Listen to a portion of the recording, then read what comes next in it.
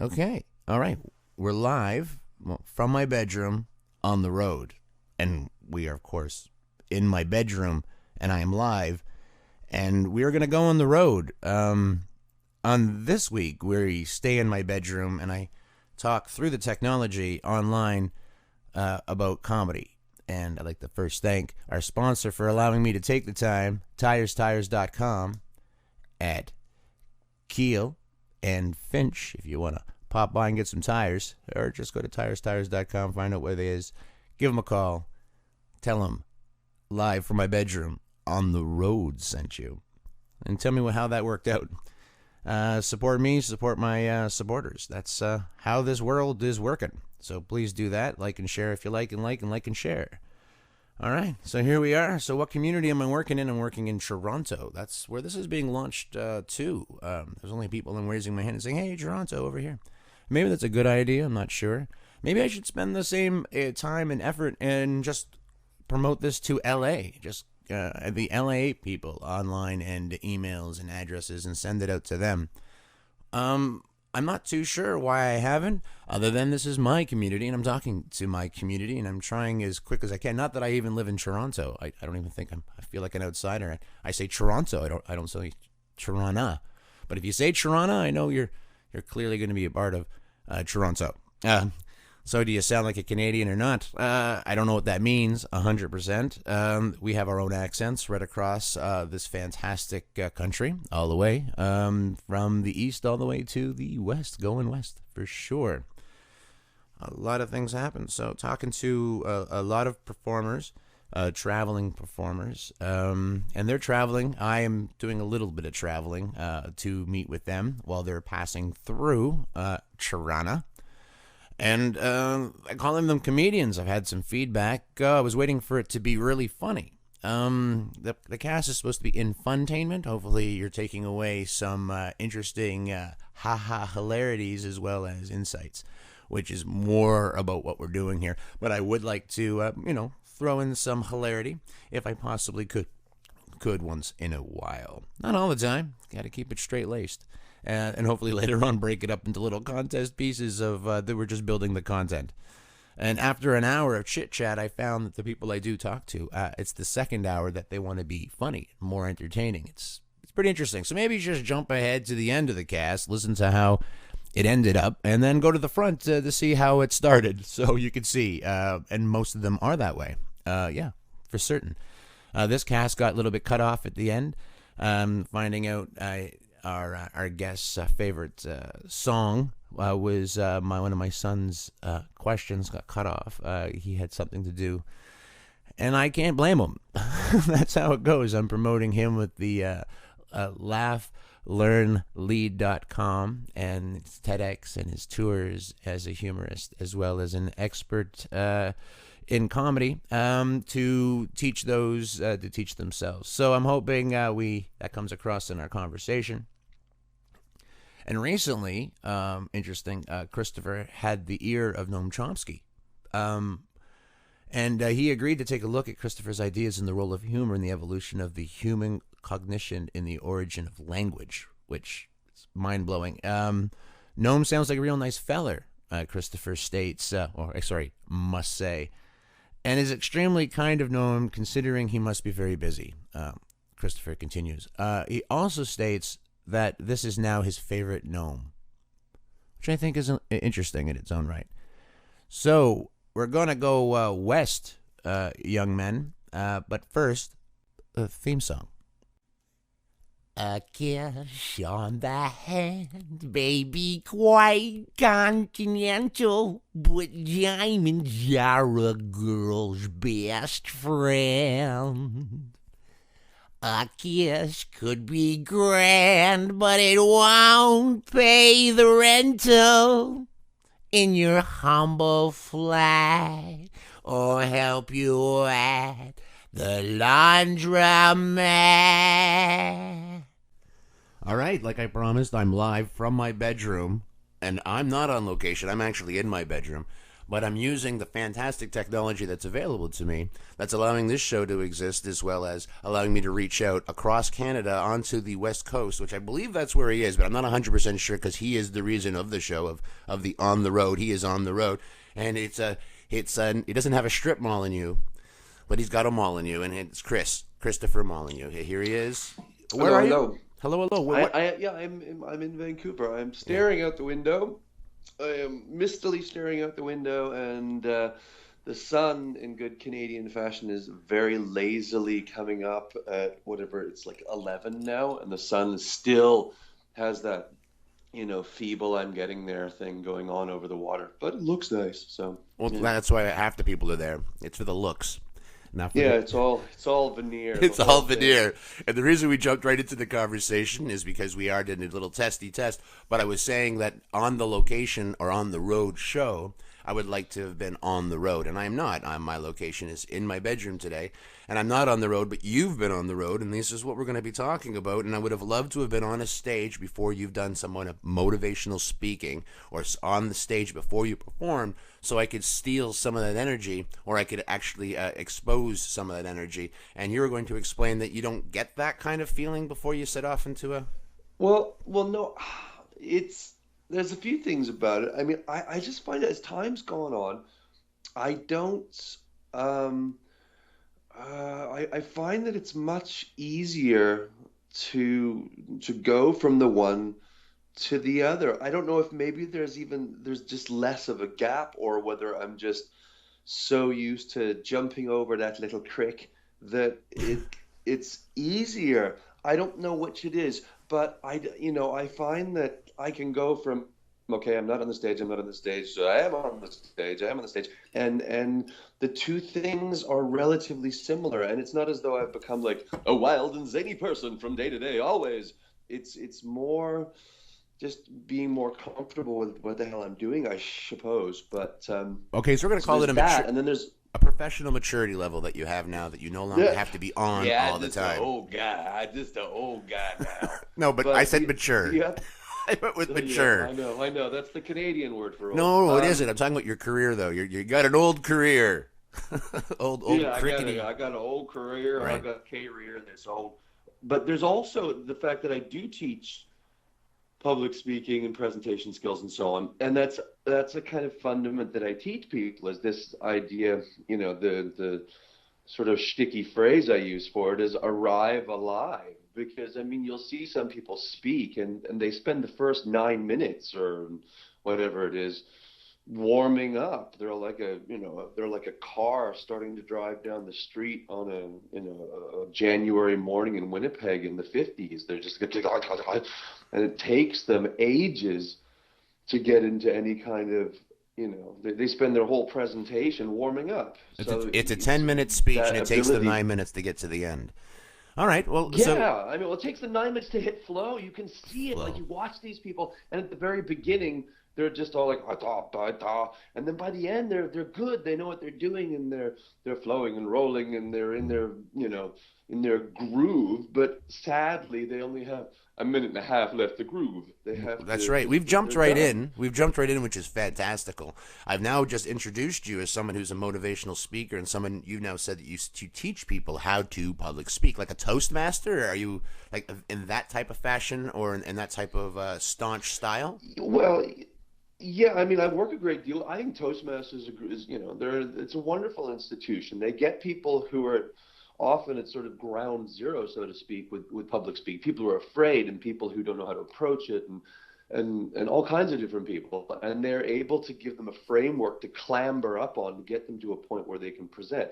Myself, I'm much more into deconstructing what each individual is about. So instead of giving a prescribed set of rules, like they're building a birdhouse, like I can't sit 1,000 people down and go, okay, y'all do this, y'all be good. Instead, I'm much more into, you know, deconstruction, taking, what people are doing, and giving them a solid sense of, okay, this is how I communicate. everyone has different styles they communicate in, whether it's the metaphors they use, the tonality of their voice, the way they move, all this kind of stuff. So I work with people to help them get a firm grip on it, combine that with the scenario they're communicating in and what they want to achieve through it, and make the two things fit together, and boom, off they go. Now, I actually think it's kind of a cheat to have that nervous energy or that transfer energy from being on stage to not being on stage. I called it a cheat because you get this free energy that allowed it, when channeled correctly, gives you that extra 10% or that times 10 that you need to be basically times 10 what you are on stage. If you don't have that nervous energy, it's got to come from somewhere. No? Well, I don't know if it's necessarily level. It could be nervous in that it involves your nerves, but I mean, it doesn't have to be nervous in the sense that you're put off or you're afraid or you can be excited to do no something. Excited energy is the same nervous energy, excited of the attempt, but nerves is where I'm going with it. Just not fear, but it's coming from something. I qualify it as nerves. Yeah. I mean, there's that. It's like eye contact, for example. Like some people say that eye contact is fundamentally hostile. That that if you walk down the street and someone just like opens their eyes wide and glues their eyes to you, and the whole way down the street, that it's hostile. I just think that eye contact involves power. Like there's a human energy to it, and you can fear it. Heal up, damn it, heal. You can be afraid of that power, or you can be addicted to it. I mean, people who are in the performance world, the arts, music, and God knows what, they become addicted to. Hold on, but you're not with the performance world when you're talking to these folks who are trying to get up on stage. You're trying to get people just to be regular people on stage, no? Hello? Did I lose you? That's what I love about this technology. Oh, yeah. That is what we call the loss of the day. But it's okay. He'll be back to us. And again, he was talking about doing the motivational speaking side of things. Oh, I wonder who it could be. Let's answer and check. Hello? We're there again. I don't know why we weren't there for a moment, but here we are. No, it happens, and it's technology. And like I was just saying to everybody, because I try not to edit these things, try to give the real sense of the space and the real sense of the timing, and try to bring you into the theater of this world. And I've only introduced you as a person who does motivational speaking, and the website for that is Learn, Laugh, Lead. Laugh, learn, lead. Yeah, Laugh, learn, lead. Well, again, if I was an interviewer, I would have had that right. This is just a chat. So I will put that up on the website, and so people can click to that and get a hold of you to help them, either in their corporate affairs or in their personal life, to learn how to speak strongly from stage and in your personal life. Yeah, I'm happy to, you're happy to help with that. And I'm glad to know that you're not an interviewer. It sounds as though you're someone with your own world. Oh, yes, that would be true. Talking. Yeah. So you're not an interviewer, as someone with their own world. So well, yes. I'm introducing you to my world, and my world includes 3 small people.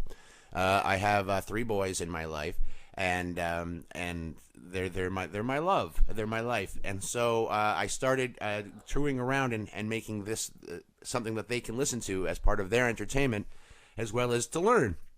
So this is Daddy talking to people who are doing things that I would do myself, and this is where Daddy should be, which is on the road.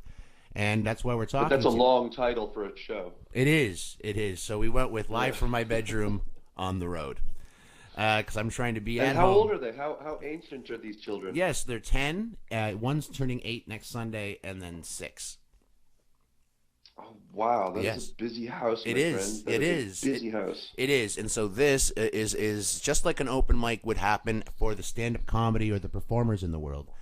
That's what this is for me. This is my open mic to open up channels of conversations I want to have anyways, that I would work very hard and diligent to say, hey, we got to get on the phone so I can just pick your brain about what it is that you're doing.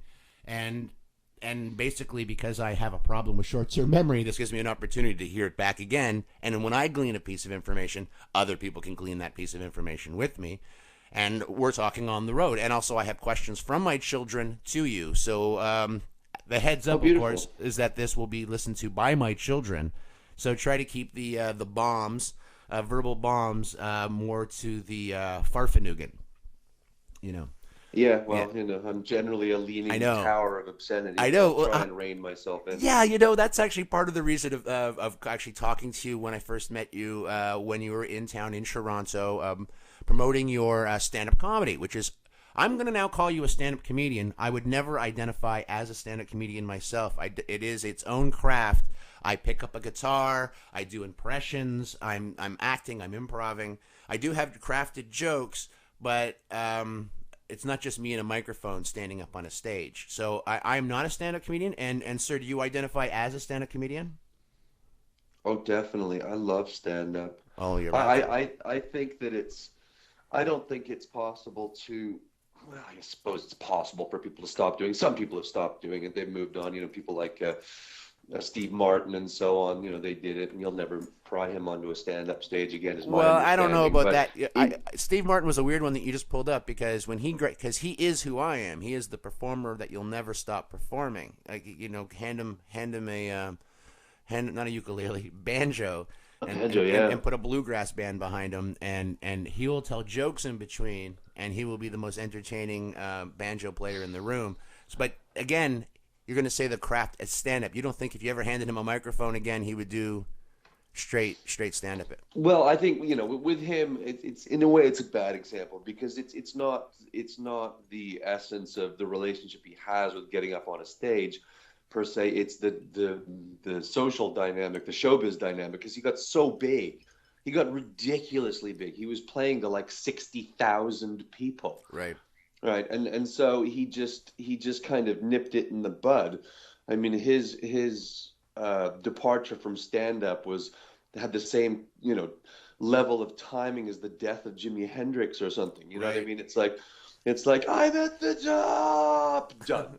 And so You picked the right guy. I mean, Fly Dini. I mean, he's crossed 5 generations now. He's been doing it a very long time. And what I like about his choice of people, he was told not to wear white on stage, so, so he turned into Colonel Sanders. yeah. Yeah, he is clearly a great story to tell to those. I mean, I don't know if I would use him as a stand-up comic reference, like you said. Maybe he is a bad choice, but he is the choice for a man who is an entertainer and a performer. He is the reason I do what I do, and I know I'm allowed to be on the same stages as Jerry Seinfeld because Steve Martin's there. Yeah, there's a lot of sort of fuss and fuddle in the stand-up community about if you're a pure stand-up. I mean, I, Yes. I was actually glancing at it was an old Comedy Central thing, the top 100 stand-ups of all time, and done a number of years back. But on a few occasions, they were like, well, I don't know if they're a pure stand-up, and this person's really a pure stand-up, and there's this strange elitism that goes on. I mean, there's to me they can meld fairly seamlessly, um, having different bits. I don't think just because you walk on stage with some kind of prop or a musical instrument that immediately you're relegated to some lesser domain. No, not a lesser domain, but just not stand-up comedy. And I'm actually okay to say that because I'm bringing up the guitar, I am attacking this audience in a different vein. I am not being the straight. I like the word purist. That's actually the right word because Yeah, that's all we're arguing is the stand-up purist is right. That man is correct, and I but don't want to most argue with that man. but most of the purists, like the ones who are the highest on that totem pole, most of them involved other forms. I mean, the top of that would probably be someone like Lenny Bruce. But hey, guess what? Lenny Bruce, had music on stage and did impressions Yes, and he did do impressions, and that's what all I that bring. kind of Yes, stuff. right, right, And so did Sam Kinison. Sam Kinison had music and piano and la la la. And the right. list goes on. Bill Hicks, like all these people who are thought of as As being, purists, no, as just purists. total Yeah. purists, they all have this. I mean, Bill You know Hicks would what? come They're out. not walking around calling themselves purists. The ones that are following, like the disciples of Jesus, are the ones pointing at them, saying that they're the Yeah, that's purists. that's much more what it is. And in the case of someone like Hicks or someone like Kinnison, Yeah.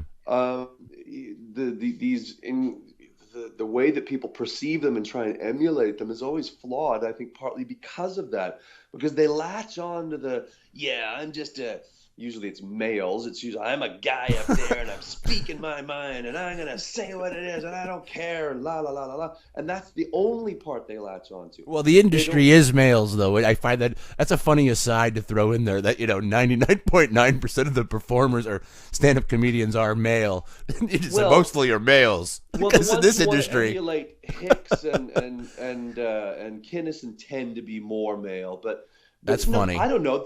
That's The funny. women who are out there. It's such a weird subject that it was one of those things that it's just, I don't know. It's a bit of a tinderbox. Right, but Um, you do identify as the stand-up comic, oh even God, yeah. oh, that's fantastic. I mean, to be able to do that, I can't seem to do it because I would rather have something in my hands, even if it's a misdirect. Yeah, well, So it's like a mask. I mean, I have trouble. Like I'm a fairly reasonable piano player. I was playing on stage when I was like a kid, but I'm not very good at being on the piano or on the guitar doing comedy for some reason. I find myself feeling self-conscious and clumsy, but at the same time, it's the opposite for so many people who and the instrument functions as a mask. It's something right. that you can both hide behind, but a mask is also something that projects. In the case in ancient Greece, they are actually megaphones. The masks were designed with little uh, they Oh, functioned as megaphones because, as you can imagine, in ancient Greece there weren't a lot of sound systems around, right. and they were performing to tens of thousands of people. Well, then didn't the Those Greeks have one of spaces, those big spaces that's a circle? Like yeah, didn't they make one of those Colosseum type angle actions? yeah, they'd have that kind of thing, Right, but it would be set at a fairly steep pitch, right. and as I say, they would have to be heard by everyone with tens of thousands of people, and the masks served as a tiny megaphone. So, it just illustrates what, and the Greek word for mask is persona. So let's Well, add that that's to the pile. interesting. I Yeah. love bringing the Greeks into stuff because the words that you're actually using are more loaded than you think. In Oh most God, cases, in most cases. there's so much layering to it. There's Yeah. so much layering to it. And It's you're very if you cool. are a stand-up comic, then that's would make sense that you're taking the next step, forgetting that you're a wordsmith as well. Taking things, using words to illustrate a story, and hoping to take at least 90% of the audience with you. Yeah, and using the words at their full potential, hopefully, being able to use a word in, not just its literal Right, context, but many in its levels, many in its levels. rhyming Yeah, context, right. in its alliterative context, in its in a homophonic context. Like, does it sound like something? Does it rhyme like something? Does it kind of seem like something else? I can use it in all these different ways, and even if I'm using it in its literal sense, I can repeat it, repeat it, repeat it, and I can get more out of it that way. I can do all these things with it. So it's a, you're not just given the word, you're given everything else too. So Okay, um, so okay, in my world, you already had a pretty great. When you tell people you're teaching people how to stand on stage, it's weird because then you have to be able to, like, as you say, you have to be able to deconstruct Henry, not the people who are learning it. They're learning it for the first time. You actually have to figure out what it is you're actually doing to tell someone else what it is that it is that I'm doing that's allowing this to make sense. And so yeah. breaking it down, and that's probably why I choose comedy over drama. It's because I like to break that down with the tragedy. Because everything that is funny is first sad. Where is the chicken going when he's crossing the road? He's leaving home. It's a sad story. Well, it's funny because I was just writing about this because I'm the book that I'm writing. I'm right at Hold the on, hold on, point. hold on. See, again, this is not an interview; it's a chat. So hold on. Do you have Okay. other books under your belt before we start talking to you as an author? Well, no, no, no, no. I've only got I've written two-thirds of a book, and So no other books before this. You are writing a book. no, sadly, this is this is the Why are you version saying where sadly? I'm actually all interested that a book is coming out, and I just wanted to know if it was coming from a third-time author or this is what I do. Every 6 years I write a no, book. no. This is my first. I guess I just am exercising the demon of completion. Like I wish it was done, and I wish I could strut about All right. Well, now this is and say, this is I've you read the telling the book. world it should exist, and now this is another forcing you over the cliff to finish a book for which you're telling Yeah, people is in exactly. existence. Exactly. All right. Well, Fine. I'll be asking you monthly How's it to going? How's read it going? such How's it book. And going? what How's is it this going? book about? What are these Well, tones? it's about the where humor actually came from. So the origins of it, like before we even had language, and the role that it played in the evolution of human cognition, basically how our minds work, how we think, how we approach the world, social systems, and eventually language. So the role it played in the creation of language, and then because I've broken it down into all its bits and pieces, then you can use those bits and pieces to do things in the here and now and for the future. Things to do with education, things to do with politics, social systems, computer systems, humor and artificial intelligence, and so on. So it goes all the way from the paleolinguistic or whatever, the prehistoric, all the way through to the future and, digital systems and stuff. Well, that sounds like a lot to bite off and chew. Is it going to be funny? Yeah, it actually, I'm making, a It's bit in of a tight, cartoon. It's in cartoon. It's yeah, strip comics throughout the whole thing. that's right. It's a stick man series. It comes No, with the marionette. it, yeah, Sorry, I can't help it's myself. We're no, sparring. no, I don't blame you. Yeah. It's part of it's a tightrope act as far as I'm concerned to have the degree of scholarship in it that's necessary because it's attacking a lot of fairly academic bits and pieces. I mean, I'm talking about the origin of language and you know Right. taking on like notions that anyway, Right. blah blah. But Are I you a find PhD in language? Like, are you going to then have to pick the brain of a guy who says he has a PhD to, attach him to your book? So you can say, well, I talked to Dave with the PhD, and he said, yep. yeah, no, if I could get Steven Pinker to pick up the phone, that would be awful useful. But yeah, Well, let's do that. Let's get him on the phone and Mel Brooks because he's the 2,000-year-old man. And if you want to know how things started, I'm pretty oh, sure he was bless there. him. He was there. Bless him. He's wonderful. And he's still Wonderful guy. here. And while he's still here, people like you and people like me need to pick his brain. I saw him I on comedians drinking coffee in cars, or I don't know how that's said, but it was the yeah, Jerry yeah. Seinfeld webisodic. And when I saw him and Carl Reiner sitting watching either Jeopardy or Wheel of Fortune, one of those, one for education, so it's probably Jeopardy. It was just it's heartfelt for me. That's what this is about. I mean, we're all kind of doing something not for the same reason, even though it could look like that. We're all doing it for the exact same. Did your parents not love you enough? Did you not get enough hugs? Like that's kind of one person's attack on the clown. Not that we're clowns, not that we're pantomimes, but we would use Well, both yeah, of I these. actually, that's a line in my show is I say both my brothers went to law school. My dad was a doctor, and both my brothers went to law school. And and what's your other son doing? Oh, he's a clown, and there is this sense of it being sort of, clownish.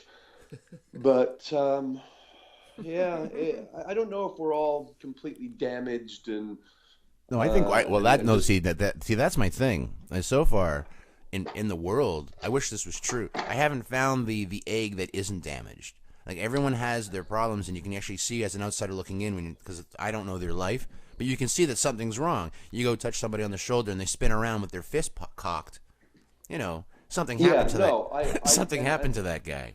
I think that's a valid point, and, Right. and it kind of shoots down this theory that, well, people become comedians because they're dysfunctional and they weren't loved. It's like, No, I think it's yeah, well, because we guess can what? see We're that. all, Yes, no, that's what I think the comedian sees. He sees that yeah, there's something into this that me telling others not only is going to bring what we think is.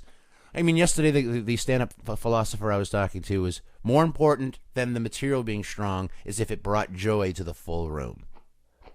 yeah. I think that bringing joy is a good thing. It's not the motivation of every No, that's comedian. his though. His motivation Yeah. was bringing the joy, and I'm going to be airing that this weekend, and then you'll be the Who's next that? weekend. Dave Cornell. There's a lot of us here. He Yeah. has traveled Canada. He's been on our local television here, as well as he tours and performs all over Canada, and I had an opportunity, and he's been doing it now almost 25 years his own self. So we're all kind of in that crazy. Bless him. Yeah, well, when you Yeah. do it so long, just I think staying the 10 years gives you the persona of staying 10 years. Being here 20 years later, and how long would you say that you've been in the biz? I'm going to call it 28 years. 28 Isn't it 28? You're asking me? I'm Hold a on, I'm crappy doing interviewer. math. You've made me do math. No, no, Um, no. You let's can't see, blame me. 86. I started in 86. Wow. There you go. So there you go. That is a long time. 29 years. Yeah. So next year this would be a worthy conversation of 30. You're gonna have to break the. That's right. I don't know what the what gift people will have to give me on that anniversary. Yeah, maybe it's lead. Yeah, probably. Yeah, that's how I read it. You learn, laugh, lead. I saw it as lead. It could be. Yeah, laugh, learn, lead. Yeah, I didn't get that right. And then but I laugh at myself first. That's what I think. That's why I'm still allowed to be here. Well, you're doing wordplay at that point. So I know you. I wish I was. I was a good wondering why start. he was saying that lead. Why would he say lead? I don't know. I understand this lead. What is this? Now he's Jewish. He's a Yiddishkeit. That's great. We can do back and forth Yiddishikites. But picking up the thread that we so deftly dropped, I was saying that what I was writing about this morning was that because we were talking about No, we're talking comedy about and drama. specifics. Yeah. And I'm writing about I was talking about this would be about 800,000 years ago. So and it around the time where I'm proposing the humor first appeared, and I'm talking about the fact that fire appeared at the same time, and that one of the first a fairly easy, simple comic thing that most likely would have occurred was the use of shadows. And whether it's shadows for the sun or shadows from fire, Right. you could make shadow. It would be like this weird thing to do because humor at its heart is about breaking patterns and creating something unexpected, and creating a big fat wacky shadow on the wall that moves around would definitely Break everything. would fall into that category. Yeah. So you've got that situation. And then when I finished writing a little bit about it, I wrote a little addendum on the end because I said I can see that some people would look at this and their criticism or counter to it would be that it doesn't fit with the preconceived notion of cavemen sitting in there and seeing images on the wall and thinking that they're spirits and with messages from that kind of thing, more dramatic essentially.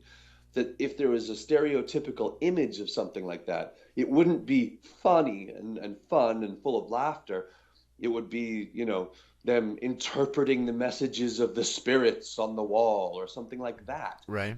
And my argument to that is that I'm sure that happened, but that would have been much later because the ideas are much, much more complex. It's much simpler to make a wacky shadow and go, than it is to say, yes, this represents the god of fire and the god of air who is telling us that we should, and that's far more complicated. No, I want what you're doing. I'm a creative folk, so what you're doing is I'd like to actually see the storyline of how that took place. Normally, the way it works isn't the guy who thinks he's funny. It's his best friend goes, no, tell everybody. That was hilarious. Tell everybody. And the guy who actually has the joke, who knows how to tell the joke, isn't the motivator. It's another guy who's like, dude, that was hilarious. Or, arg, that was ridiculous. And now tell them. And then it's the art of now telling that joke again with the same energy more than once. And like, no, that's not how you did it. You did it like this. Ba ba ba ba ba ba, says the guy. And then either one of them goes forward to say, I'm now the performer. Yeah. You know what I'm saying? Repetition's a tough gig, and when a lot of comedians first start, one of the biggest problems they have is they'll write a bit and they'll be all keen to perform it, and they do perform it, and it goes well because they had the right energy, and it goes well, and then they write another bit the next week, and they do that bit the next week, and then another one the next, and they don't work, they don't nurture the things they've already written because they find it difficult to they think it's stale, or they don't want to do the same old material.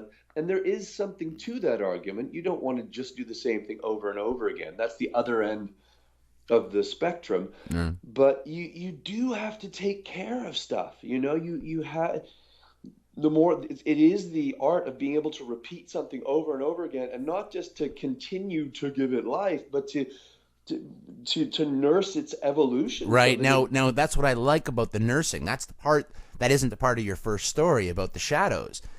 Because people are people, and they always said, what's a human being? Meaning there must have been a mistake. That's actually what people say. Oh, he's human.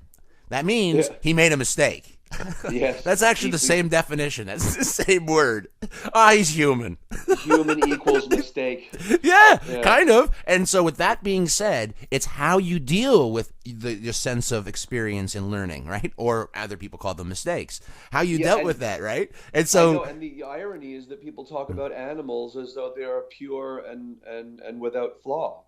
What? Because they're, because as humans are imperfect. Oh, we're only human. Oh, that's funny. No, I was just going with the definition of we're only human. No, I was going with the definition of, so Buddy, when he's trying to tell the story again, is going to fail because he's only human, but it's how he steps on those stones to cross that river to keep the same energy flow. And he's like, oh, it still worked because I dealt with the energy, right? So for me, comedy's filling up a balloon and popping it. I'm not building the tension and then releasing the tension with everybody. Everyone knows we're in a balloon. Here it goes, and oh! You people can see that it's coming. People who are in the balloon are going, oh, this is going to be crazy. And the person telling the story knows, and here it, boom! Right? We're all involved in the story. One of the funniest storytelling observations I've made is that if you notice that the best storytellers talk at the beginning very, very loudly and are waving their hands or doing a audio wave to get everyone focused forward. And the moment that they achieve the focus forward, they start whispering. They almost start talking light. So you as an audience member actually have to lean in. So if you want to be involved now, you actually have to help the situation. Have you ever... Yeah. Is that one of your... Is that I'm going to call it a trick now or a tip? Yeah, no, that's definitely something that I talk about because, there is essentially when you're connecting with the crowd, if you think of in terms of space, an object physically connecting with another object, there are two ways it can be done. One is you can go to the object. The second is you can bring the object to you. Sometimes Muhammad goes to the mountain. Yeah. Oh, yeah, but there's never a picture of him there. No, but they didn't have cameras. But so that's definitely the case. I mean, someone like Bill Cosby, before he just became King Rape or whatever. That's the crazy. And by the way, kids, holy moly, just don't do it. When you get the power, share the love. Anyway, go on. Yeah. I mean, Bill Cosby is assuming that. Well, actually, I don't want to get into this. Yeah, I know, but Bill Cosby before yesterday was the best storyteller on the planet. Yes, he would sit there for 4 minutes with no laughs, and then you get 11-second laughs, one after the other, everything he said. Yeah, and he would sit in a chair. And I know. He would sit in an armchair and do it, and the message of. And that's another thing that can be done quite well is sitting on a stool, or Dennis Leary in No Cure for Cancer, he does a thing where he sits down on a trunk and takes off his leather jacket. Oh, that would do it. That would bring people in. Yeah, and he actually becomes Dennis Leary at that point, as opposed to the slightly more caricatured, persona that he has. Yeah, if you don't mind me saying it out loud, Bill Hicks. Yeah. I mean, it's Bill Hicks. If Bill Hicks was alive today, I would bet dollars to donuts that Dennis Leary wouldn't have a career. Bill Hicks would be on Rescue Me. It's painted with a sort of barbecue sauce of diced clay as well, though. It really is. Oh, interesting, because of the cigarette. But no, Bill Hicks had the cigarette. That whole thing, the leather jacket, and the cheese, that whole frustration. And yeah, well, maybe it's more all in the family. Meathead. Yeah. So, yeah. We're going to be dueling Archies. Go ahead. So, dueling Archies. So sitting down is a power play. It's a way of sort of saying, look, I don't even have to stand. Okay? I can't stand for you peoples. I'm that good. I don't require that. So I don't compare. I don't need levity. So very that's right. powerful. I thank you. I glean one thing during a conversation, and everything else after when I get to re-listen. That's the one thing I'm retaining just now. That is It's fantastic. gleaning time. It is, and that was fantastical gleaning. Yay. That's why I'm doing this. So I think that was golden, then, Dare Hills. Thank you for that. But I am taking baby steps because so far I have you as a motivational speaker, a stand-up comedian, and now not a closet author, but someone who's going to get it done within the next the 2015 screaming pages for you. Yeah, yeah. Is there something else that's hidden? I'm sorry. See the one that you have. If there's any jealousy, if I have to look at your career that I would love to have owned and that I don't own, would be your voice work that has come to light. You're also an acting voice talent.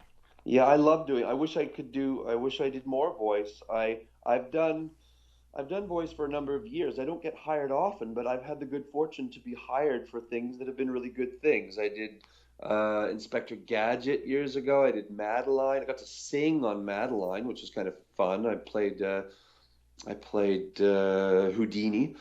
I did the voiceover for the opening ceremonies of the 2010 Winter Olympics, which was kind of fun. And now, That's not the voice you use because I kind of yeah, remember watching actually, that. that was when I did the audition. I Right. finished it, and I knew it either went really well or really badly Yeah, because that's how those auditions should go, folks. If you're in yeah, an it was audition room, one of those thoughts should be going through your head, or you didn't do it well. yeah, because the casting director came on the mic and said, "Thanks, Keanu." So All right, Point Break, baby. so I don't know exactly what, but they went for it. So and That's now great. I'm the main villain on this Lego TV show called Legends of Chima. I play a few little parts as well, but primarily I am Safanga. So yeah, so that's kind of Well, fun. that is awesome. All I can do is just duplicate the voice I just heard. I'm more of a mimic. I do characterization, but more of a mimic. I would love for that to be my life, which I assume will be my life because I think this is one of the baby steps that allows my voice to be out there to let people hear this is what I sound like. Do you do impressions and I I mean not do, I necessarily of do, I celebrities, do but of some people? crazy impressions. What do you do? Well, the three impressions that I toured the world with were just interesting impressions because as I said, I'm a singer songwriter, so I hung my Well, hat on that. the tour of the world was a good insertion. So which Yeah. three characters propelled this Uh, worldwide well, tour? David Hasselhoff. Oh, really? Yes, I do an impression of David Hasselhoff. Okay, But well you can't hold out now. We have to hear David well, Hasselhoff. the problem with David Hasselhoff, it is a visual It's a impression. visual. It is. And then the joke, of course, the punchline is, "Who wants to see me holding my stomach for a full hour?" Okay, that works. That's my And David and Hasselhoff impression. is there chest hair involved, or how does that There work? doesn't need to be. Just the Okay, implication that I'm going to have my shirt off, and you're going to see my stomach being held in. okay, Yeah, excellent. yeah. That's the. And then I can do woo woo, and that's my kit. No, of course not. I'm just kidding. That was David Hasselhoff was Maggie on or actually not Lisa Simpson on The Simpsons. I believe that was her second word. Really?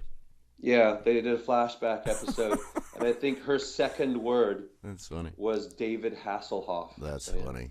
That's David funny. Hasselhoff. Yeah, that's funny because again, I'm more of a mimic. So when someone does a voice, as a Canadian, do you find that when you're traveling, that when someone uses an accent, you find yourself doing the accent that they're doing in front of you, and you apologize. And now I know for the last 20 years, I'm Canadian. I can't even help myself. It doesn't matter if I'm in Tennessee or if I'm in Montreal. Someone busts out an accent, I start duplicating the accent. Yeah, well, there are a few things there. I mean, first of all, Canadians are this weird dichotomy where we are terribly insecure about our own sense of self and what we are. Okay. Yeah, you're from there. That's so cool. Like, doesn't matter where someone's from. You're from Angola. Like, I mean, people, we just light up and think that everywhere else is fascinating. More So there's fascinating that. than Canada, you mean? You Yeah, can't, oh, I okay. think so. Oh. But then on the That's too flip bad. side of it, That's too we're bad. the only people who are arrogant about our own modesty. We have this kind of Right. thing where we're like, oh, Canadians are the nicest people in the world, and if you don't think we are, like, you're in for trouble. Now you're in for trouble. I'm writing a letter. Yeah. Oh, So okay. we puff our chests out and Right? talk about We have how pride, sure. modest we are. It's Right. weird. No, it's good. No, I like what you're saying, and I believe the answer is the reason is because we all know how it is to lose, because Canada's built up of a bunch of losers. The reason you're in Canada is because no one else wanted you anywhere else. At the same time, you must have lost the war somewhere. That's why you're in Canada. Yeah, yeah. There's a So you know how it is to be on the other side. So you don't want to make someone feel bad about losing. You just want to make them understand that, again, I think we're a bunch of smart folks. We're just sometimes I think we're too smart for our own good, because if you don't say anything, that's saying something. That's what Canada's missing. You actually have to well. say something. We also worry a great deal. I think we worry a great deal about the validity of our moral ground, and so we often say a lot of things that are predicated or based on asserting some kind of weird moral placing. Like if you listen to the news in England and you listen to the news in Canada, like the BBC will tend to have experts and panels of experts, and these people have written 300 books between them, and they will debate as to whereas the CBC will tend to find an individual who was there or had a sister who was there. What do you think of it? I think it's terrible. It's that morality that comes through. Like the news in Canada is very much driven by the moral position of things, which isn't necessarily a bad thing, but it's very evident when you compare it to anywhere else around the world. And oftentimes there are people who will talk about, I don't know, eating kale, not so much because they really enjoy kale, but because they know that it puts them on some weird moral, nutritional high ground that somehow makes them better. And I think Canadians are very much into doing that. Yeah, Not no, every you know last what? one That of them. sounds familiar, but I really do think that after you're see, kale's the weird one. Like why you brought up kale, I don't know. And this is not a political show, folks. So those who are now listening, we got political, we got very specific to Canada, which is okay. This is on the road, and we are talking to Christopher, so he can take the conversation wherever he wants. But the kale thing is, I've only read like 6 books in my whole life, and one of them basically said we are cutting down vegetation to make meat. If you eat meat as a sanctioned human being, you should know you're failing yourself as a human being, and which is a mistake already, as we already know, because that's what human is. You're a mistake, That's and right. there is a very big problem in your life because your life is taking over the world. So to say kale, you're as a sanctioned human being, all you're saying is that you're enlightened. And then you're saying, well, it is a great positive place to be, but that is one of the things that I am not going to eat kale, but I need to cut red meat out of my life because I know I'm killing the planet doing it. It's not just me enjoying red meat and maybe hardening my arteries anymore, which is what I thought the problem was. The problem now is something Yeah, ridiculous. I'm actually clear cutting the only free oxygen we got going on the planet to make a sandwich. yeah. Well, I mean, but is that a personal decision or is it a social decision, right? Are you doing it for yourself or are Socially, you it's doing it? killing me. I can't believe that the world's allowing me to make that decision. Like the Oh, world is broken. We shouldn't be clear cutting vegetation to make meat. That doesn't but even. it's That's but it's difficult because it's so abstract. It's like when people say they're like in 50 years or 30 years. They're going 30 years there won't be any more fish left, and I go, and part of me thinks, oh God, that's terrible, and we shouldn't be eating fish.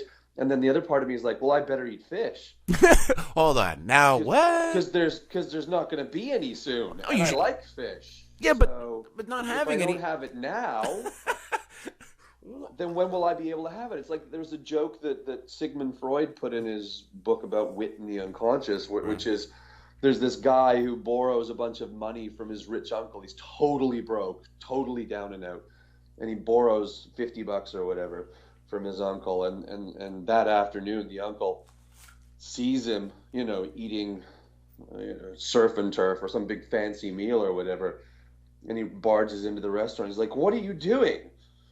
And the guy says, "Hey, well, I can't eat surf and turf when I've got no money. So if I can't eat it when I have money, when am I supposed to eat it?" So there's it's just the flip flopping of logic.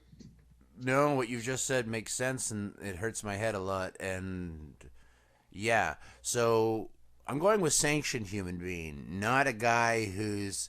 See, survivors aren't thinking so much. You're surviving. That's what you're doing. You don't want a survivor being the one who's helping you through life. You want the one who's trying to achieve something other than survival. Survival is your bare minimum, and then from that, let's stand on survival and create something.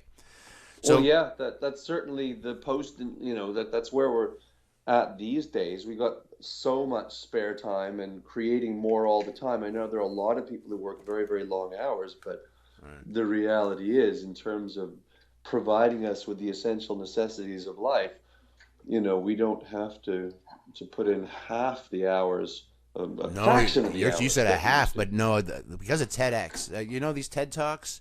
You should do one Yeah, of I, those. d- You I should. did a TED thing. Oh, that's what I was just gonna say. Because your brain candy should be in a TED Talks. I mean, I thank you very much for being on my little piddly show and allowing me to spread your thoughts this way. I Because, love your piddle. well, yeah, literally. So at this point, I just want to say that so TED Talks. That's exactly what I was. So because two or three of the other people who have been on my shows have been a part of the TED Talk series. Because again, when I'm going to post this, you're going to be calling you a comedian, and they're going to hope that this is going to be some sort of funny, but it's in Funimation, so we're not being too strict. I mean, we did those politic things for a second. I don't know how funny we got there, but it's not about fun. It's about fun. It's not about funny. It's about fun. That we're being casual about it. No one's getting hurt. We're not putting up. You know what I mean? There's no real fisticuffs going on here.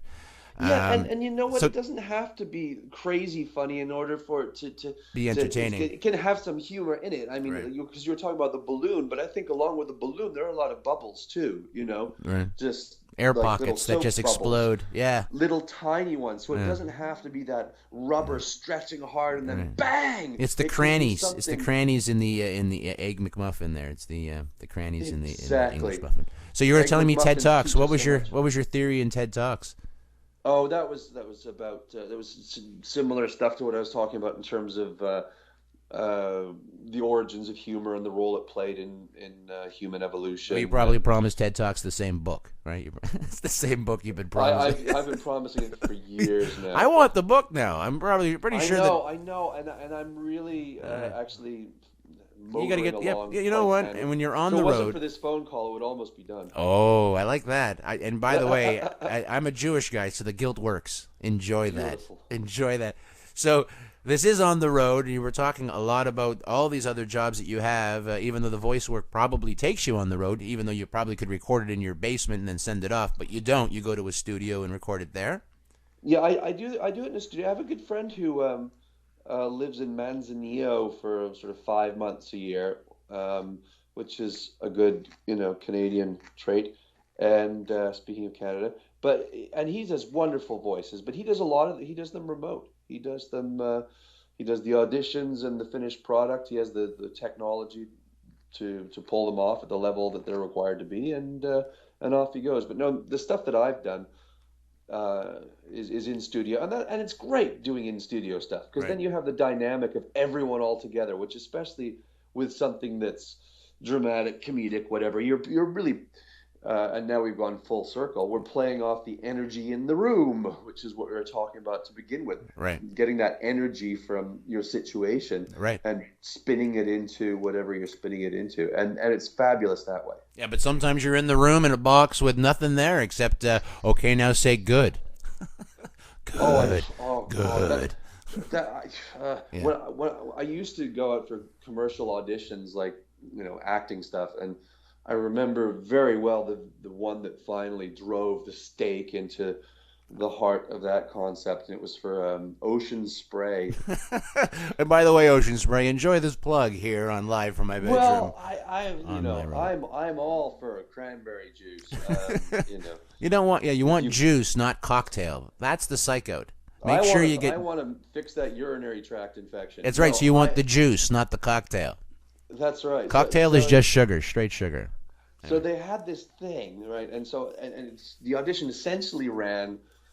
They gave me the script, and then this guy looks at me and he says, "Okay, so it's cranberry juice, but it's a little bit sweeter. So when you drink it, you're gonna pick up the glass on the table, and you're gonna pick up the glass, And when you drink it, we'll just see that you're like, oh, there's like a little surprise, just like a little, you like it because it's cranberry, but you're just like a little surprised, and it's just a little bit sweeter. So we want that balance of you feeling, what? I just, Direction. Take that direction. Take that.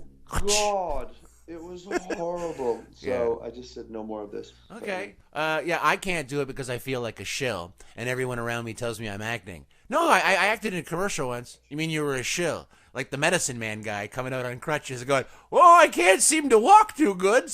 Oh, come over here, little man. Have some of my elixir." Woo! Then you start dancing the jig. Yeah, that's what I got call. beer in my wagon, the answer and the cure to all that will ail you. That's right, exactly, and that is So you acting. did some of this stuff? Well, I got an acting gig. Sorry. Oh, really? What were you? No, I'm saying that people would then call it an act. The kid who becomes the shill for runs home and says, "Ma, I got an acting gig." So. Yeah, I agree. Again, there's a purism to that. Going back to the purist thing. No, it's not purist. I just wanted what I wanted to what I thought I could do. I'm not a crazy flake. I am a performer. I'm not an actor. If anything, I'm a thespian because I could. If you put me in garb and dress me up like a troll, I am a troll. We should do that. Okay. You could be like a Hasselhoffian troll. Holding my stomach in for a full hour. That's right. All right. A full hour. And who were the other two impressions? We never got to that. That's true. That's true. Well, I again, comedy is comedy, so I always say 3. I do a bunch of impressions, but they're not specific. The one that I actually get compliments on, but it was funnier when I had a full beard, is when I did the impression of Carol Channing. And the beard really would have enhanced that. Well, no. What's important with the beard is that you forget I have the beard because the impression is that strong. Oh, okay. That's cool. the idea. So, and on the radio, it's not really fair. Like I don't have that opportunity. No, I won't press gang you into that. But I do love the fact that they're, impressions of people who, I mean, your kids won't know who Carol Channing is. No, they will. They will. They have a tape. I have this tape. They have a tape? They have a VHS tape of what Betamax. year are you living in? It's in Betamax.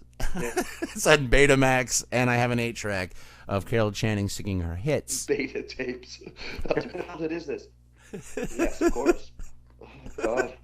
I'm just trying. I'm trying to keep up with you. Again, I've gone out of the way to make a show where I'm going to actually try to have conversations, which we're doing really well, with people who are stand-up comedians. Well. I'm not even too sure how I'm getting away with it, because normally I'm assuming in my life I have to put on boxing gloves to have a conversation with a stand-up performer. You should talk to Lou Eisen, then you could do both.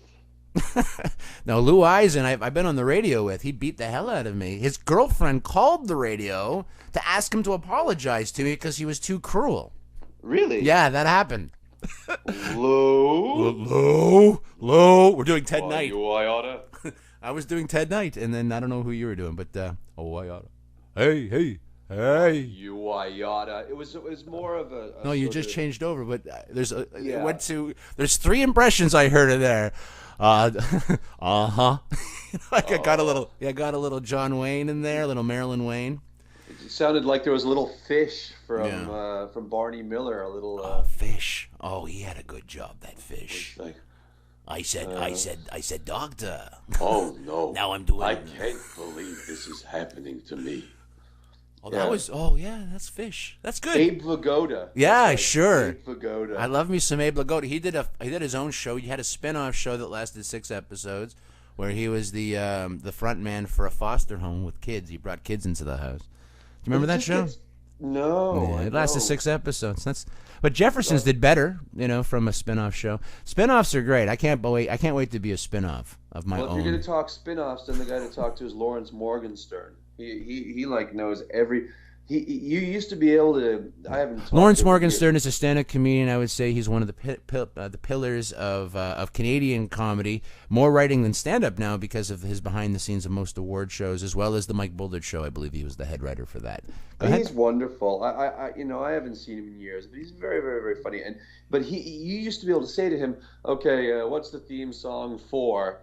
And no matter how obscure the show was, right. It's, la, la, la, la, and he just starts singing it. It was unbelievable. You go, okay, Apple's Way, and he'd like dig in like some totally Were you ever on the road with these guys? Did you ever? Because you got 30 years in, so. I remember traveling on the road with both Lou Eisen and a guy named Joel Walmsley, and the combined size of their giant heads almost completely obscured the back window. But I guess you were driving and they're in the back seat. that was the way it had to be. Okay, so is that my road trip story? Did you Road guys? trip stories? I don't know. Well, I did a lot of road work because I used to do about 250 shows a year. And at one point when I went from being unmarried to being married with 3 children in the space of about 18 months. And so one of my responses to that was buying a little sound system and phoning up every pub and bar in British Columbia and some in Alberta as well. I'm just saying, hi, I'm me. I know how to do comedy. Can I come by? Will you give me $380 or whatever the hell? Right. So I ended up in all these weird, godforsaken places. I mean, places of great physical, natural beauty, but the reality was I was standing with a sound system by a wood stove while, a bunch of people in, Dude, hats. I'm in my bedroom. I'm in my bedroom. I'm doing a show from my bedroom. I understand. That's kind of the whole point. But it was crazy. That's fantastic. You're a producer. You're a producer. Oh yeah, I was a producer. All right. It was insane. No, I mean these are places where people are looking at you going, "Why is there a loud guy in the corner?" I mean, like people are upset just that you're present. I mean, sometimes people will be happy. There were times where they're like, "Thank you so much for coming to our small community and entertaining us," and there were other times where it was just a fight. So yeah, I did a lot of road work, like a ridiculous amount, too much, and it's destructive to your comedy output too, because you're training yourself to do comedy that's tailored for that kind of a scenario, and it's not exactly going to propel your career forward. That's not No, but you are going to be a road comedian. It will strengthen the chops of the jokes that you have to make them work in other rooms. That's the whole point of doing road. You did it because you wanted to stay in town. You actually hit the road to stay local. It's the funniest story ever. I wanted to stay financially solvent, and so I did something that was destructive to my career. I mean, I think that there is something. You wanted to stay local, so you went on location. You went on the road to stay local. It is a fantastic storyline. That's good. It was nightmarish in a lot of ways, though, and I do think that someone who only ever performs in small bars, no theaters. There's again, it's a spectrum, and if you're only playing, some local theater or some really intelligent, high attention span venue in an urban setting, that's not going to be good for you because you'll have no guts and strength. And conversely, if you're always dealing with just, really difficult, coarse, hard, rural environments, that's not good for your career either. I mean, there's a balance of both. Right, and you're still the family man now, keeping yourself. My daughter's 19 now, so okay. The youngest is 19, so it's like, yeah, I'm up to great things. I'm off and away. She still lives in the house, but yeah, Well, I would love to pick your brain about that on another day because I am trying to do a dad series as well. This is on the road, but I'd like to do something specifically about dads. But moving on to having children, that you have children, you'll understand this. I have 3 boys, and I want their questions to be asked, so then they'll have some kind of initiative. What are their questions? I will, and this is how I wrap up, giving me a goal or somewhere to be, or at least everything will last at least 2 minutes long, plus these questions. That will be every show as a minimum. So I have 3 boys because I like to go from youngest or oldest to youngest, and in no particular order. It's just youngest, oldest to youngest. My first that sounds exactly like an order. It does, but no particular. So my first son, after hearing everything, if he was in the room and had just heard your interview, he would then say, "Okay, so Christopher Molineau, you live in Canada. You have 3 children. You've traveled exclusively through the United States, America, and Canada. You also have motivational speaking. You are trying to write a book. You do stand-up comedy as well. You do voice work for cartoon characters. And what up? What else? No, what up? And what up? And what up? I'm a happy man. What up in my life, and in a general sense, in the day to day, what is going on in my world? I'm pleased with the planet, I would say. I think that whatever all these roads I've been on have done, they've taken me to somewhere that's a pretty good place. I think you have to work like hell if you don't want to work, because a lot of people would look at a lot of those jobs, or if not all of them, and say, that's not a real job.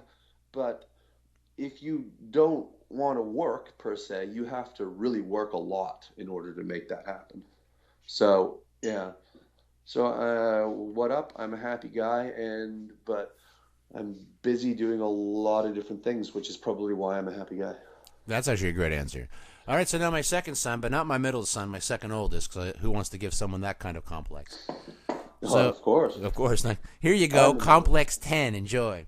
So now he has a couple of questions. His first question is, what's your favorite thing to do?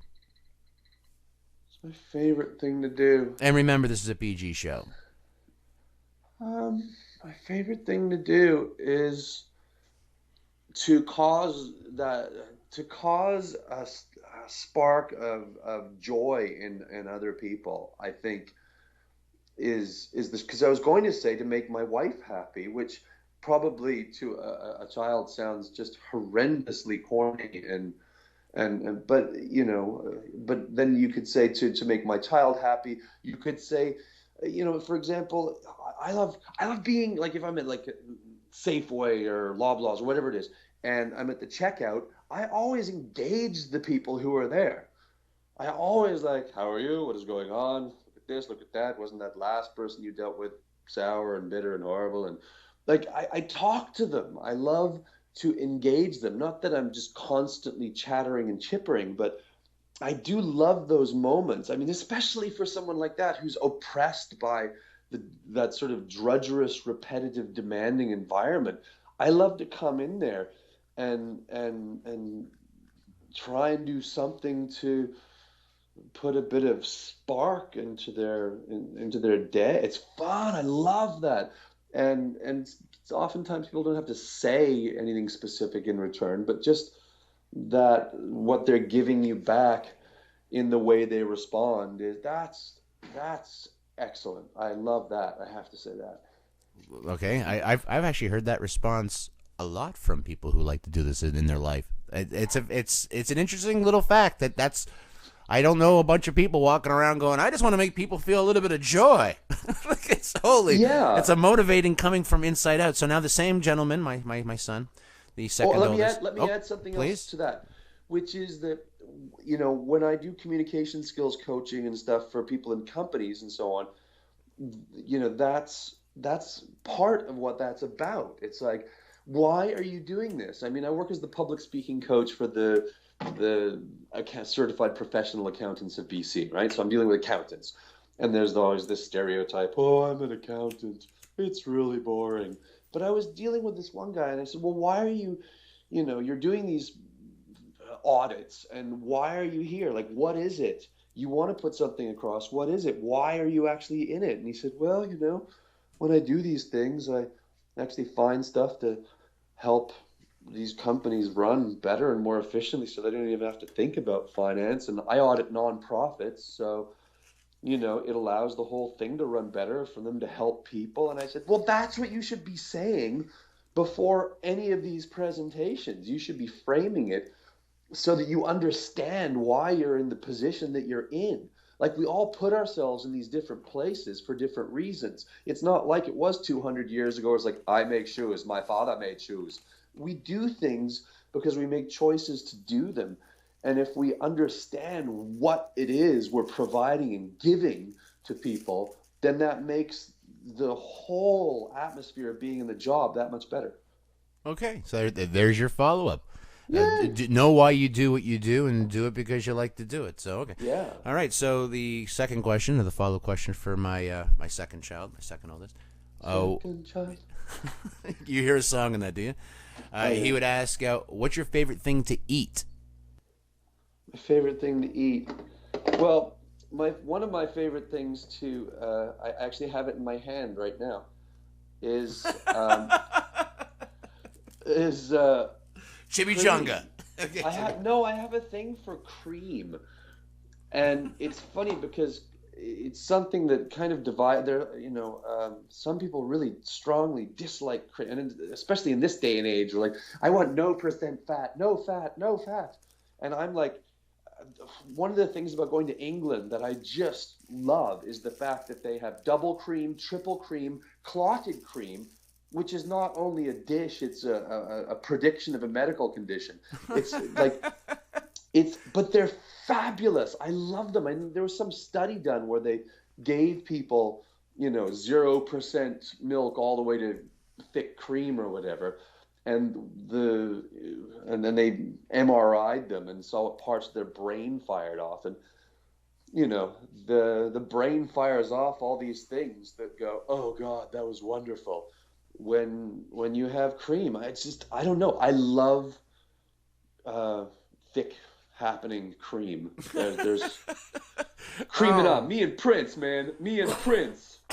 Well, yeah. I would say I don't have a lot of money, and the money that I do have, that I do spend on myself, I buy myself. I'm lactose intolerant, but I just found a company that makes lactose-free cream, and since I found this company, I'm drinking some serious White Russians. Oh, how fun! It is. Well done. I'm excited because as a Jewish guy, every time a Jewish holiday comes, I can't drink rye normally because it's made from rye. I got to find something else to drink. So I was like, what can I mix with ginger ale? It's like you can't mix anything. Everything mixes with ginger ale. And then I found myself, what can I mix with vodka? And then I thought I was inventing stuff, and then I remembered the Big Lebowski, which is Oh yeah. yeah, which I'm a fan of the movie. I just saw it last night again for the 15th time, and there's Oh, just it's a great something film. about that movie that makes me want to drink White Russians. So now I have my third child because I want to be trailer park about my life. I seem to not. Third? Yes, so I have three of them because I had no decision in it. It seems my body wanted it. So he has four questions, and this will be the wrap up of our show. So the first question to him, what's your favorite number? My favorite number. I find numbers very interesting that way. I mean, there is. I think first of all, it's important to remember that numbers, like math, is one of these things. With the operation of numbers, math is this thing where we have a horrible relationship. We're like, math, But at the same time, mathematics at its highest level, you listen to those people talk, and one of their favorite words is the word elegant. They love talking about elegant solutions, and they're always into the aesthetics and the beauty of mathematics. And if you get into, I think that like every kid in grade school should be taught a little bit about, what's behind prime number theory, not to understand it completely, but to show that there are stories and like of almost romantic nature in math. So that having said that, I think numbers are sexy. I like them, but I think that in terms of just their physical form, I think I like eight the best. I like I like eight the Wow. best. But Wow. zero's pretty cool because zero, but it's almost arrogant. It's like I have no beginning and no end. I'm perfect. I Well, the contain eight's the everything exact within. same way. If you lay it on its side, it's infinite. Yeah, it is, but it's almost more playful. It's like Right. it has the same perfection as the zero, but it's having fun with it. So I like that. One is definitely too stolid. It's like a Roman soldier. No. Two doesn't know what the hell's going on. Three looks like an eight that's been cut in half. Um, Four looks like a rolling H. I don't know. Like I mean, they they all and I don't yeah. know what a So rolling H is, but I can't. My cheeks hurt from smiling. okay. That was great. No, see, that was great. That's very playful. Have you ever had that thought before? Have you actually been searching for your favorite number but couldn't find it? No, I haven't really been searching for it, but I do think about numbers. It's like Right. favorite colors when you're a kid. Favorite numbers are kind of cool, and we tend to have sevens definitely got some edge to it. I do like seven. Seven's kind of flashy. Like seven's the kind of number you take to a party to attract girls. Right. But you leave him at the party, and he would be understanding when he had to get his way home. Yeah, Yeah. I mean, because that's seven. Seven's cool that way. Yeah, I like seven. So I really enjoy not hurting anybody in comedy. This is fantastic. Except for the Ottoman Empire, is like, man, we created checks and numbers for these people. Okay, so we're so with the colors, that would be the next question. What's your favorite color? Oh, what's my favorite color? I'm partial to, I'm looking at green right now, so I'm probably going to say green. Though I can't work with green in a lot of ways, but I do love it. It's so representative of life, and it's so almost mockingly vibrant at times that it's kind of fun. So I'm not sure, but probably I'm in BC. I'm probably influenced by my environment. If I lived in Morocco, it would probably be like a sandy red color, I guess. I don't know, but are you going green? Because you're battling with yourself for color? Yeah, I don't know. Well, right now I got the Christmas tree. I sidestepped Christmas for the most part. We sidestepped Christmas for the most part by going to Mexico this year, which is a country that I don't know what will stop me from going to it because, No, hold on. Feliz Navidad. No, they do Christmas there. They do Christmas, but at the same time, it's like I look at the reasons not to go to Mexico, which, if you add them up, include skin cancer, diarrhea, gun lords, shooting busloads of children. And you're getting close. We're not going because of kidnapping. We actually have Mexico is on our list to go. It is actually on my bucket list. On my bucket list is to go see the pyramids in Mexico. It's on my bucket list, and my wife said, "No, we can't go. We're going to be kidnapped." Yeah. So, but it's safer than that. I was hanging out with a wonderful couple who were just kidnapped, and they felt okay. They were 80 and 92, and they were right as rain. So, at any rate, but right as rain. All right. So we didn't have a Christmas tree proper, but we left a little tree in the house, which is a cypress, and it's like this fabulous acid green, and it's still sitting. I've taken the decorations off it, but it's still sitting in this blue pot, and it's just this vibrant acid green, and it's beautiful. So yeah, let's go for green. All right, so green's taken over your again. As I keep telling my kids, the environment does tell part of the story. So yeah, that's good for us. Okay, so now that we have those two, so then he would ask, how old are you? I'm 48, I think. Yeah, I'm 48. I'm definitely 48. Yeah, it was September 6th, 1966. So, everybody has a birth date that they share with someone. Everyone's like, hey, this person was born on there's no one pretty much other than the keyboard player for Pink Floyd. But that's somebody. Star Trek. I have the same birthday as Star Trek. I have the same birth date as David Hasselhoff and Carol Channing. David Hasselhoff again? Yeah, well, it's a full circle scenario in my life. Is this an obsession you've had for a long time? No, he's what I was just born on his date. I didn't do that on purpose. His date? Or well, was he not born on he's yours? clearly old. No, he's clearly a good 12 years older than me. Well, Star Trek was the same day. I guess that's why it's of Trek. note. So, and Star Trek was first aired in Canada before it was first aired in the States. In 67. 66. Oh, wait, because that's when you were born. And that's September 6th, 1966. It was first aired. That was its first airing, and that was in Canada. So and that was in Canada. Okay, so there we go. So you're open with that. That was very nice. The people that are in the entertainment industry sometimes are not wanting to be privy to their age because agents are small-minded, and they'll say, "I need everyone who's under the age of 39, not those who can act like 39 or dress appropriately for 39 or make me believe 39, but they're actually 39." Yeah, I don't know. I'm male, so I can at least take the Sean Connery approach. Not that I look like Sean Connery, but I can at least deceive myself into thinking there could be some, No, you are a striking. You have striking features. You actually remind me of that actor, that English actor from Anonymous. He's also in Sherlock Holmes as his older brother. You have Sherlock Holmes, the new series with.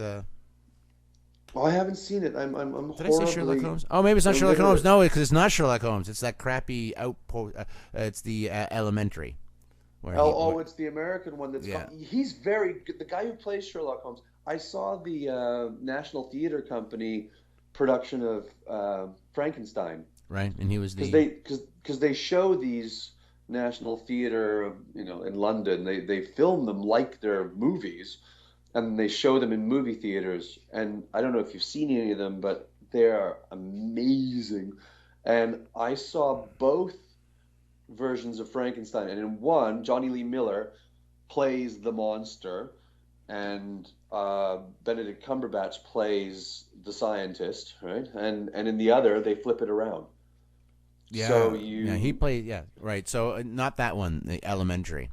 That's who yeah, you look like. The brother, the older brother in Elementary, not Sherlock Holmes. okay, I'll have to find out who I am. No, you don't. You're a great you. You're a great you. So I got two more U's, and then we're out skis. What's your? So no, actually, it's one more U's. I think it's what's your favorite? What's your favorite song? Oh wow, um, that's very difficult. Yeah. I don't want to put my sons came up with it again, not journalists, just kids that have questions. And what we find is the answer. Am I on hold? Did you hold me? Call on hold. Did I do that? It says call on hold. Did you put me on hold? I've never been put on hold before. That's very weird. So we were just finishing up with the last question of the music. That's how I was wrapping this up. And for some strange reason, with the technology that I know how to control so well, it says in front of me call on hold. But all it says is call on hold. I click call on hold and nothing's coming back to me. So I'm on hold. Either he's on hold to me or I'm on hold to him. I'm not too sure what has taken place. But I really only had one more question. We're trying to wrap it up, and I'm having a great time. This is good conversation, is what it is. Being put on hold. He's busy. He send him a video message. No, I'm not sending anybody a video message. I'm live from my bedroom, and this is a kid show, so nothing's coming from there. I'm really just trying to finish up my last beat here, and I'm being put on hold. Hi, I want a boyfriend. No, that's how I'm reading the advertisements on the internet that I'm utilizing for my back and forth. I don't know what's happened. I've been put on a hold, which is an interesting thing when things happen that you don't expect. And I've never been put on hold before. That's never actually happened. But I'm really enjoying my conversation. We've just come to the end of it. And now I just want the last thing of what's his favorite music. That's all I wanted to know. That's all I wanted to know. And we're just peeling off at the end here. Just keep on chit-chatting back and forth until on hold. I'm on hold. I'm on hold. I'm on hold, and I don't even know what that means. So he's going to hear this conversation later, because I'll be posting it later, pertaining to how we get this out to use the listener, because this is just me just chit-chatting right now and recording it on location and on the road as he was. And I am now, have I lost him forever and for always? I don't know. Let's just try one more time. He's busy. He's put me on hold. He's saying goodbye to you, my friend. That's just how it ends up. So, yeah. There you go. Blip, blop, bloop, blop. I'm going to do it one more time because I'm lying to myself and others. Just one more time. Oh, man, I hate Vegas. I hate Vegas. What happened? I wonder if he lost power. Because put on hold is weird. It is weird, right? Being put on hold out of nowhere. I was like, that's a difficult question. And then, problem. I hope he's okay. Because he's in Vancouver at any time, those people can just have a monsoon or an earthquake or pad thai. I hear that comes in. Sometimes you just got to watch yourself with that pad thai. All right, here we go. One more. Here we are. Come on. Are you there, buddy? Send a video message. Oh, come on. Where are you, man? Where did you go? Be very, very quiet. I'm chatting with Christopher Molineau. Says he's busy. He's busy. He chatted enough with me. And then he has to put up the front of It's Over. So his favorite music would be him in the shower. That's my guess. I guesstimate anything he can sing in a shower is his favorite song. And after he hears this, hopefully he'll send in a response to this question. I hope to talk to him sooner than later. And again, I'm having a great time doing this, and it's nice to chat to those doing things they love to do. All right, live from my bedroom on the road. Thanks for listening.